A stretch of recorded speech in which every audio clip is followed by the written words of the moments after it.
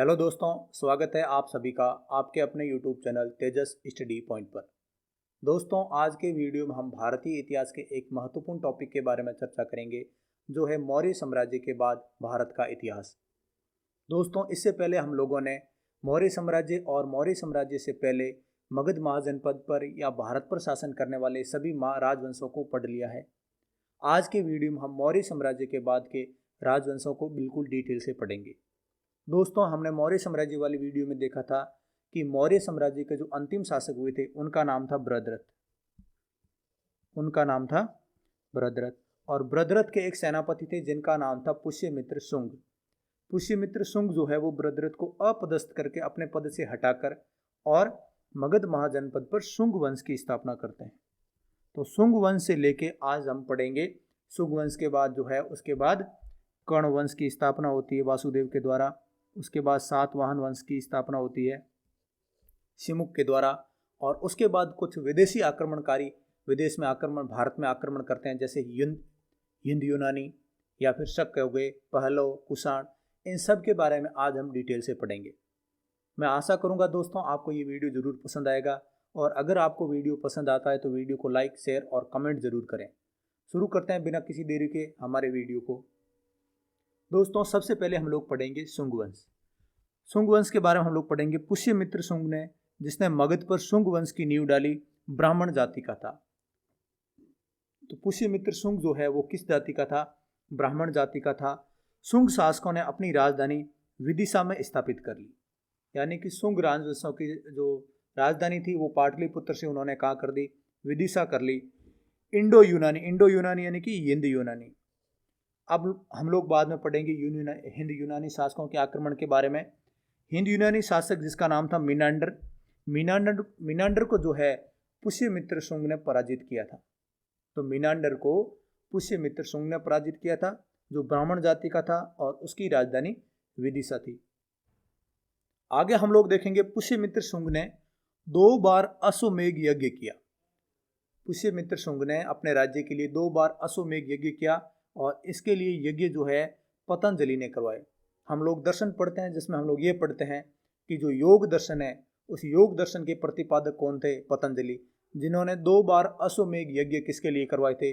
पुष्यमित्र शुंग के लिए करवाए थे। अगला है भरूत स्तूप। भरूत स्तूप का जो निर्माण है वो पुष्यमित्र शुंग ने करवाया।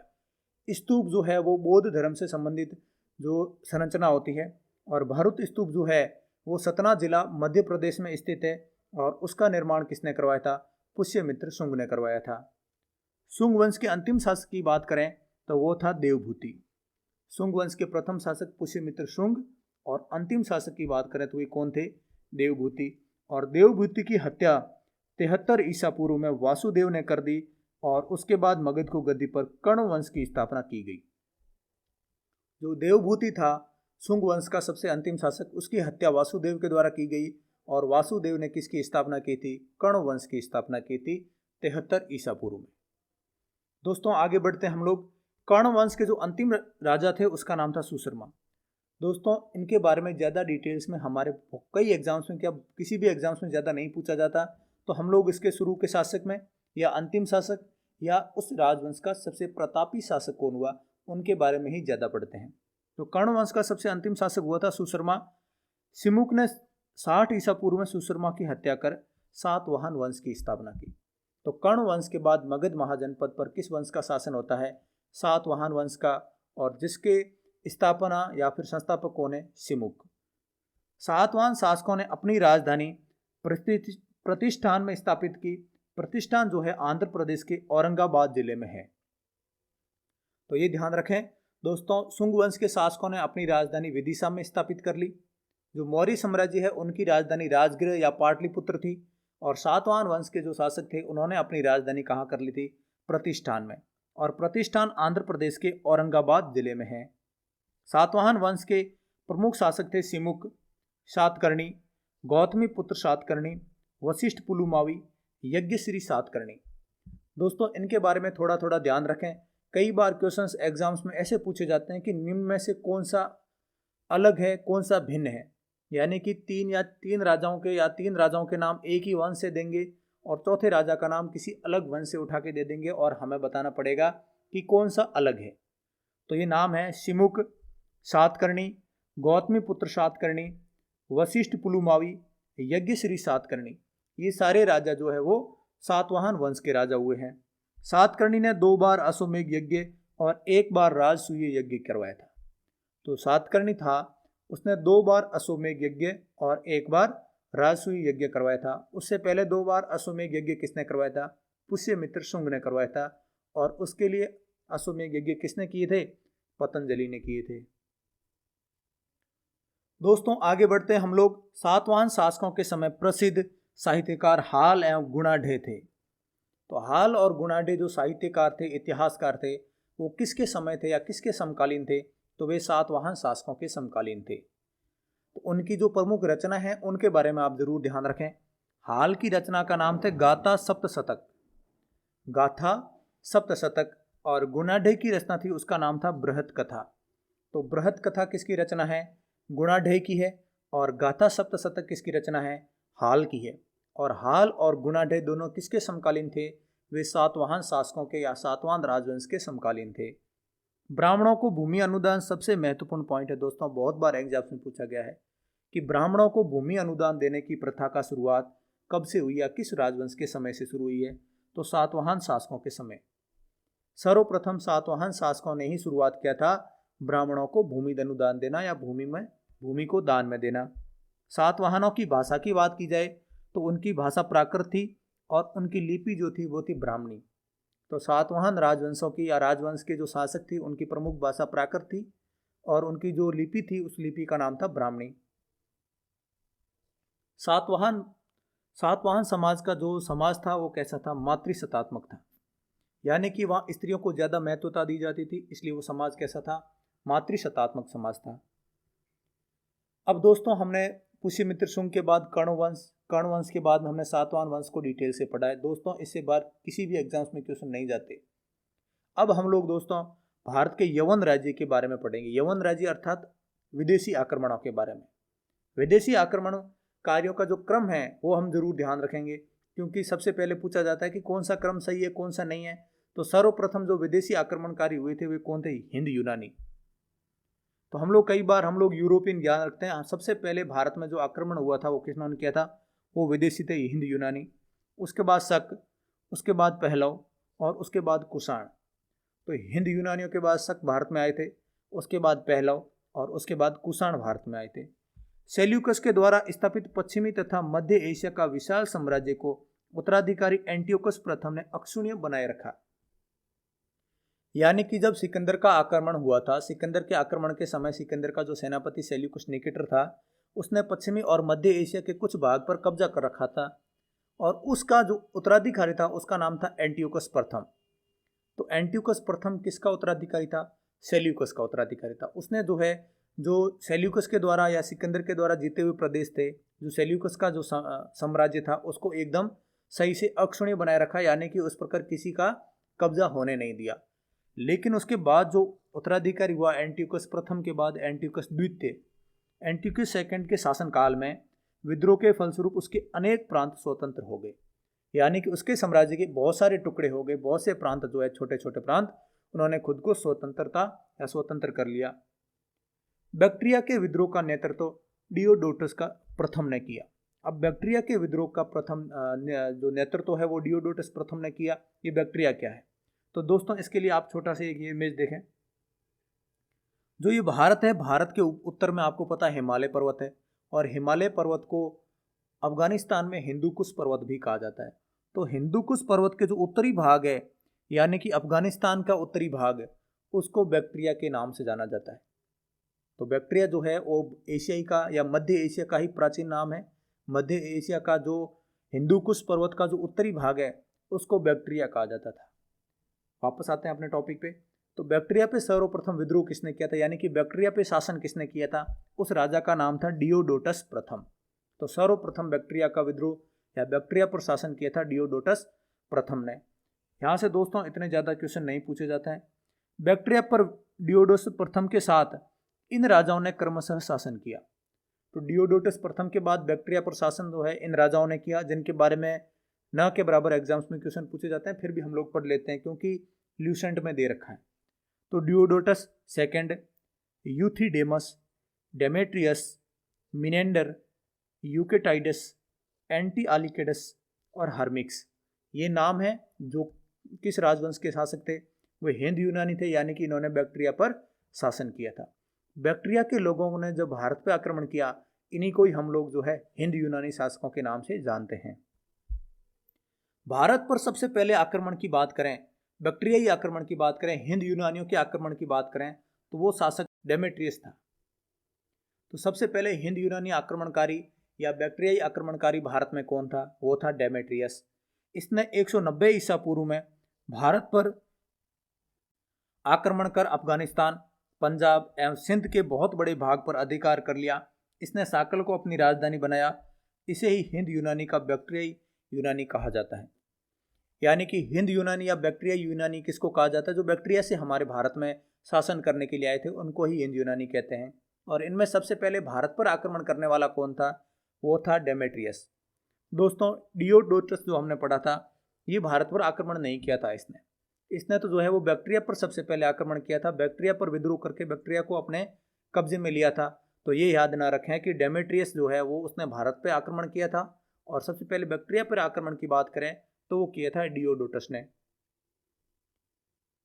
दोस्तों, इसके मैप के बारे में हमने पढ़ लिया है। आगे दोस्तों हम लोग देखते हैं हिंद यूनानी शासकों में सबसे अधिक विख्यात की बात की जाए तो वो था मीनांडर। मीनांडर जिसको पुष्यमित्र शुंग ने हराया था, हमने देखा था, उसको जो है वो भारत में सबसे ज्यादा प्रचलित है। क्यों है उसके बारे में हम लोग आगे देखेंगे। इसकी राजधानी जो है वो साकल, आधुनिक सियालकोट शिक्षा का प्रमुख केंद्र था। तो मीनांडर के समय मीनांडर की जो राजधानी थी, हिंद यूनानियों की जो राजधानी थी साकल, वो साकल जो है जो वर्तमान में सियालकोट है, पाकिस्तान का एक जिला है सियालकोट, जिसको प्राचीन नाम उसका क्या था? साकल, जो प्रमुख शिक्षा का केंद्र था। मीनांडर जो थे वो बौद्ध धर्म का अनुयायी था। पहले नहीं था, बाद में बना था। किससे दीक्षा लेकर? एक बौद्ध भिक्षुक था, उससे दीक्षा लेकर बना था। उसका नाम था नागसेन। तो नागसेन से दीक्षा लेकर मीनांडर ने जो है बौद्ध धर्म की दीक्षा ली थी। तो मीनांडर ने बौद्ध धर्म ग्रहण करने से पहले नागसेन को कुछ प्रश्न पूछे थे बौद्ध धर्म से पहले, और मीनांडर के प्रश्न एवं नागसेन द्वारा उत्तर दिए गए एक पुस्तक के रूप में संग्रहित है, जिसका नाम है मिलिंद पनो। तो ये ध्यान रखें, जो मीनांडर प्रश्न पूछता है और नागसेन उसके उत्तर देते हैं, और इस सब का संकलन कहाँ किया गया है? एक पुस्तक है जिसका नाम है मिलिंद पनो, यानी कि मीनांडर के प्रश्न, मिलिंद के प्रश्न या मिलिंद प्रश्न या मीनांडर के प्रश्न। और इसके रचयिता कौन है? इसके रचयिता है नागसेन। तो दोस्तों, यहाँ हमने देखा कि भारत में सबसे ज़्यादा जो पॉपुलर है हिंद यूनानी शासक, वो है मीनांडर, जिसकी राजधानी जो साकल थी वो एक महत्वपूर्ण शिक्षा का केंद्र थी, और उसने नागसेन से दीक्षा लेकर बौद्ध धर्म ग्रहण किया था। और नागसेन और उसके बीच में जो संवाद है वो एक पुस्तक में लिखा गया है, उसका नाम है मिलिंद पनो। दोस्तों, आशा करता हूँ आपको वीडियो जरूर अच्छा लग रहा होगा। आगे देखते हैं हम लोग। हिंद यूनानी भारत के पहले शासक हुए जिनके जारी किए गए हिंद यूनानी भारत के पहले शासक हुए जिनके जारी किए गए सिक्कों के बारे में निश्चित रूप से कहा जा सकता है कि सिक्के किन किन राजाओं के हैं। यानी कि इन्होंने अपने सिक्कों पर प्रॉपर किसी राजा का इमेज बना रखा है, और उसके बारे में उनका नाम अच्छे से लिपि में लिख रखा है, ताकि हम लोग उन सिक्कों को देखकर पहचान पाते हैं कि ये सिक्का जो है किस हिंद यूनानी शासक का था, या किसके समय या किसका समकालीन था। तो इसके बारे में हमें पता शुरुआत में कहाँ चलता है? निश्चित रूप से कह सकते हैं हिंद यूनानियों के बारे में। सबसे पहले भारत में हिंद यूनानियों ने ही सोने के सिक्के जारी किए थे। तो भारत में सोने के सिक्कों के प्रचलन की बात करें तो शुरुआत किसने की थी? हिंद यूनानियों ने की थी।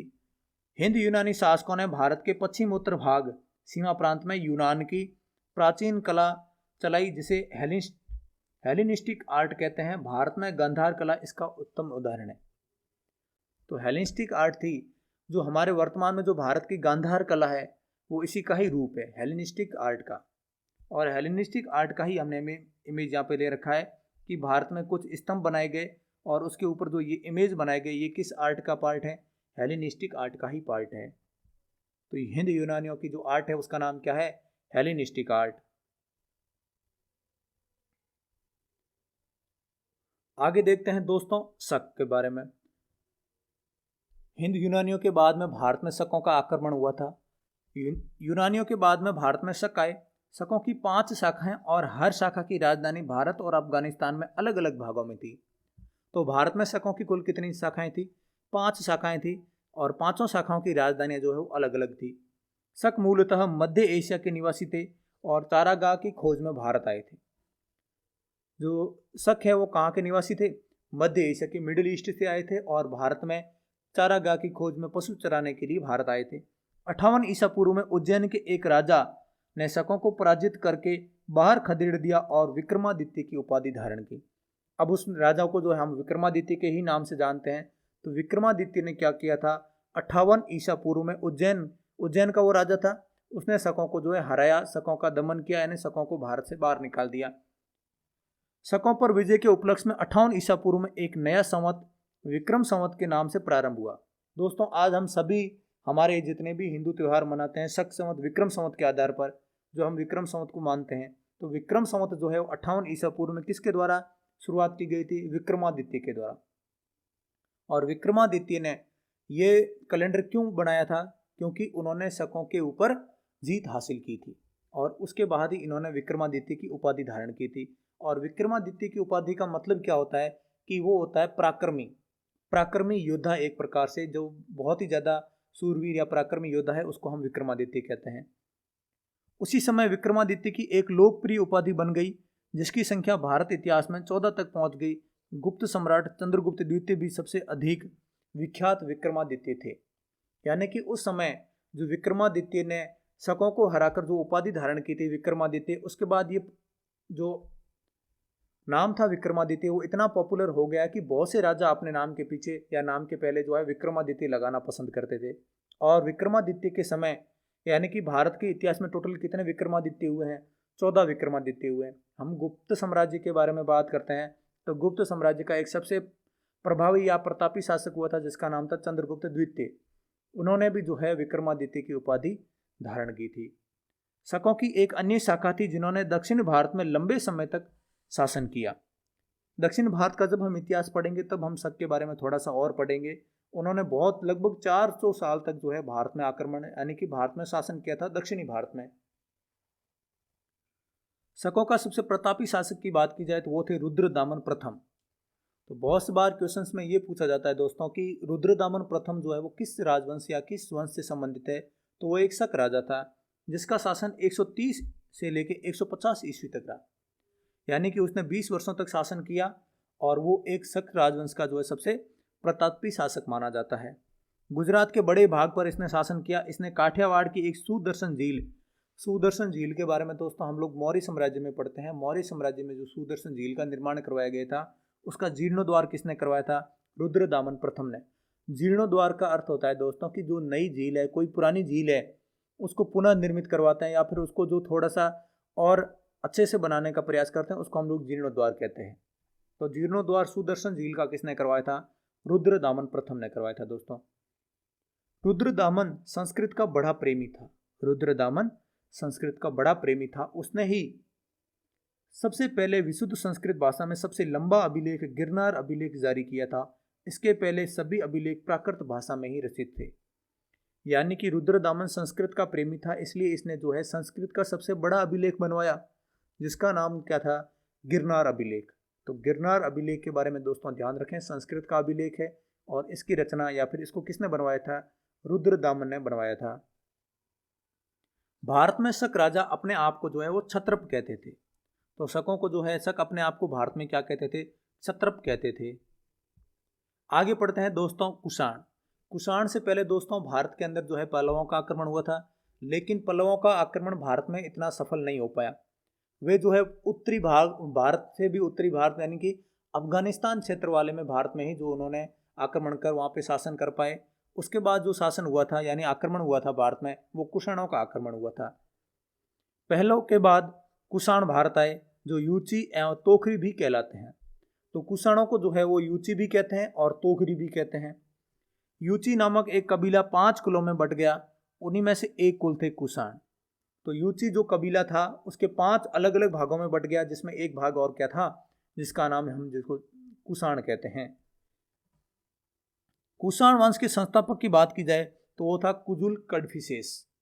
दोस्तों थोड़ा अजीब सा नाम है, लेकिन याद रखें संस्थापक के बारे में। कर्ण वंश का संस्थापक कौन था, हर्यक वंश का संस्थापक कौन था, शुंग वंश का संस्थापक कौन था, इनके बारे में दोस्तों बहुत बार एग्जाम्स में क्वेश्चन पूछे जाते हैं। कभी कभार मिलान करने वाले पूछे जाते हैं कि 3 सही मिलान होते हैं, 1/4 मिलान सही नहीं होता, या फिर अपने को मिलान करने होते हैं। तो दोस्तों अगर हमें इनके बारे में हम डिटेल से याद नहीं कर पाते हैं तो इन सभी राजवंशों की स्थापना जिन्होंने जो संस्थापक है इनके बारे में और इनके अंतिम शासकों के बारे में ज़रूर याद करें, ताकि अपना कम से कम आधे से ज़्यादा टॉपिक वहीं से कवर हो जाता है। तो कुषाण वंश के संस्थापक का नाम था कुजुल कड़फिसेस। इस वंश का सबसे प्रतापी राजा जिसका नाम था कनिष्क। बहुत बार एग्जाम्स में पूछा जाता है कनिष्क, जिसको बहुत से लोगों को नहीं पता होता, आप ध्यान जरूर रखें। कनिष्क जो था वो कुषाण वंश का राजा था, सबसे प्रतापी राजा भी कहा जाता है कुषाण वंश का। इसकी राजधानी फिरोजपुर यानी पेशावर थी, जो वर्तमान में पाकिस्तान में है पेशावर। तो पेशावर किसकी राजधानी थी, जिसको पेशावर का प्राचीन नाम क्या है, फिरोजपुर, और वो की राजधानी किसकी थी, कनिष्क की। कुषाणों की अद्वितीय राजधानी जो है वो मथुरा थी, तो दूसरी उनकी राजधानी क्या थी, मथुरा। कनिष्क ने 78 ईस्वी में गद्दी पर बैठने के समय एक संवत चलाया जो शक संवत कहलाता है, जिसे भारत सरकार द्वारा प्रयोग में लाया जाता है। जो अपने भारत का राष्ट्रीय कैलेंडर है, जो राष्ट्रीय संवत है वो कौन सा है, शक संवत है। और शक संवत की स्थापना 78 ईस्वी में किसने की थी, वो की थी कनिष्क ने। तो ये जरूर ध्यान रखें दोस्तों। बौद्ध धर्म की चौथी बौद्ध संगीति कनिष्क के शासनकाल में कुंडलवन यानी कि कश्मीर में प्रसिद्ध बौद्ध विद्वान वसुमित्र की अध्यक्षता में हुई। दोस्तों अगर आप हमारे वीडियोस को कंटिन्यूअसली देख रहे हैं तो इसको हमने ज़रूर अच्छे से पढ़ा था कि बौद्ध धर्म की जो 4 संगीतियाँ हुई थी। नहीं पढ़ा है तो आपको मैं थोड़ा सा रिवाइज करवा देता हूँ कि बौद्ध धर्म की जो पहली संगीति हुई थी वो हुई थी अजातशत्रु के समय। हर्यक वंश का था वो अजातशत्रु। अजातशत्रु के बाद जो दूसरी संगीति हुई थी वो उदयन के समय हुई थी। जो तीसरी बौद्ध संगीति हुई थी वो अशोक के समय हुई थी पाटलिपुत्र में। और चौथी बौद्ध संगीति हुई थी वो कनिष्क के समय कुंडलवन कश्मीर में हुई थी। कनिष्क बौद्ध धर्म के महायान संप्रदाय का अनुयायी था।